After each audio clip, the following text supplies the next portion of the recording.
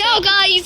Deci acum căutăm un câine și eu cu David suntem niște boxeri și căutăm un câine, bă! Bă, nu mai lăsa să bag introducerea și de ce te-ai băgat un serios. Băi, așa vreau, bă! Hai câștigăm, bă! Dă-i mâna sus! Ui! Și căutăm și în ce mai câte ore atâta ne dă bani. No. Și uite așa, știi? No, și așa, pa, vă iubesc mult din viața mea. Vă iubesc mult din viața mea și din toată inima mea. Ok, guys, ca să înțelegem mai bine. Deci, Bă, te mai bagi mult peste mine.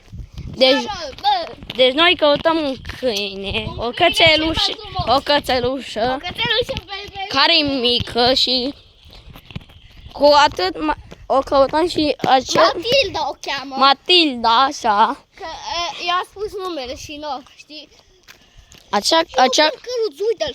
Hai, fugi. bă, și Și nu, și asta. trebuie să o căutăm și căutăm până mâine dimineață. vai! Deci noi ne ducem să căutăm pe Matilda, care acel om a zis că ne dă bani și cu cât o căutăm mai mult, cu atât ne dăm mai mulți bani, ca să înțelegeți. Ce?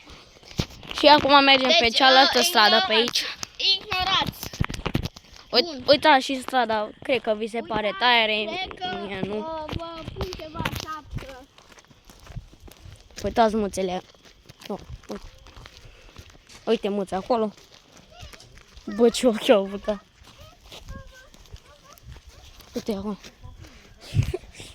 Asta e mașină. Și hai să ne mai ducem să mai explorăm. Bă, ui.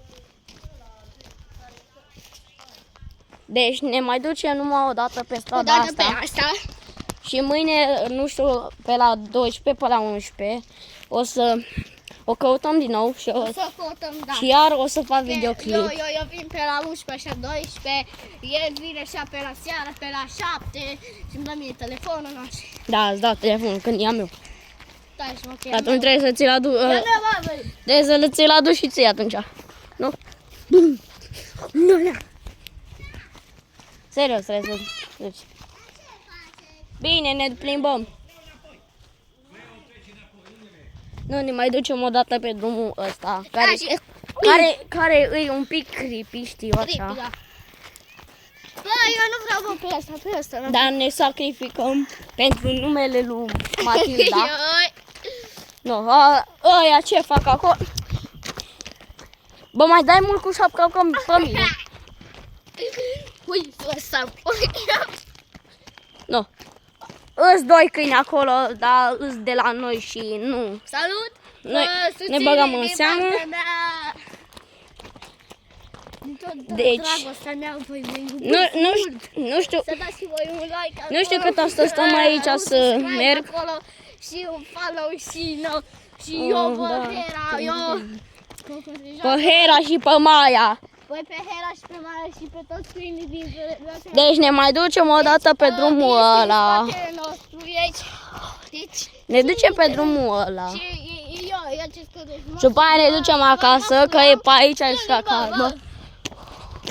Aici e șacal, ca să știți. Are un telefon de 20. Aici efectiv e o pădure. Care e șacalii în ea? Ok. E șacalina. Îs, mă, bă. E șacalina. Am plecat acasă. Nu. O să mai merem o dată pe drumul ăsta. Tu te stai acolo. Pe acolo nu îi. Matilda!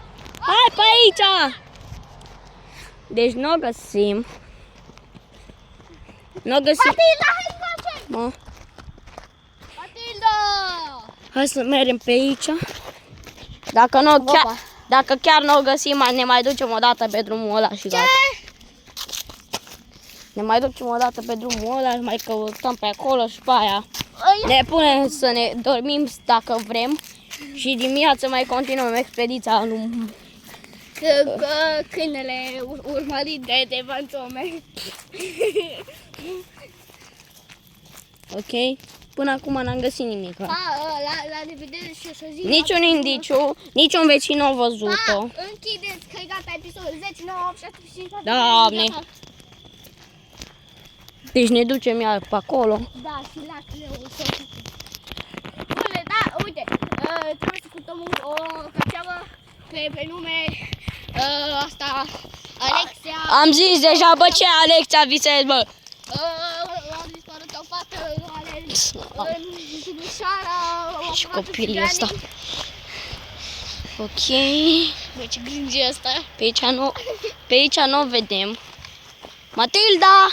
Matilda! Deci nu o găsim deloc. Deci nu găsim, bă, Bă, nu mai repeta după mine, bucam. poți în casa asta, bă.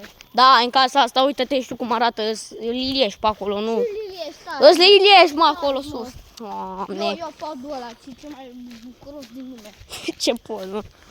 Podul ăla e bucuros. Pod de piatră care Bun, ți-a babă. dărâmat în capul tău. Stați, mă, gringi. Gringi, Nu, uite-te și tu. stați, mă. Iar merem pe drumul ăsta. Gringi. Eu, lemne. Mai trebuie să mergem pe un drum. După aia ne ducem pe alt drum. Și cu asta închidem prima noastră expediție. Și după aia o să continuăm. După aia, Doamne, bă! o să ducem câinele la vânzare, o să dăm Doamne. și câinele pe el și tot așa, poate îi facem și o băiță. Deci ne ducem, Deci, ne ducem o să ne ducem pe al doilea drum al nostru. la drumul. După aia pe al treilea și acolo o să cheiem prima expediție. După aia începem cu a doua la 12 sau la 13 sau la 11, nu știm.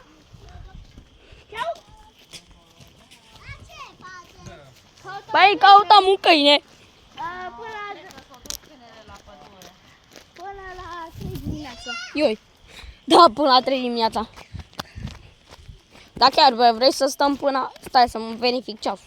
Vrei să stăm chiar până la 10 și 30. Da, bă, cum o zici asta? Îi, stai să mă... 9 și 22 îi.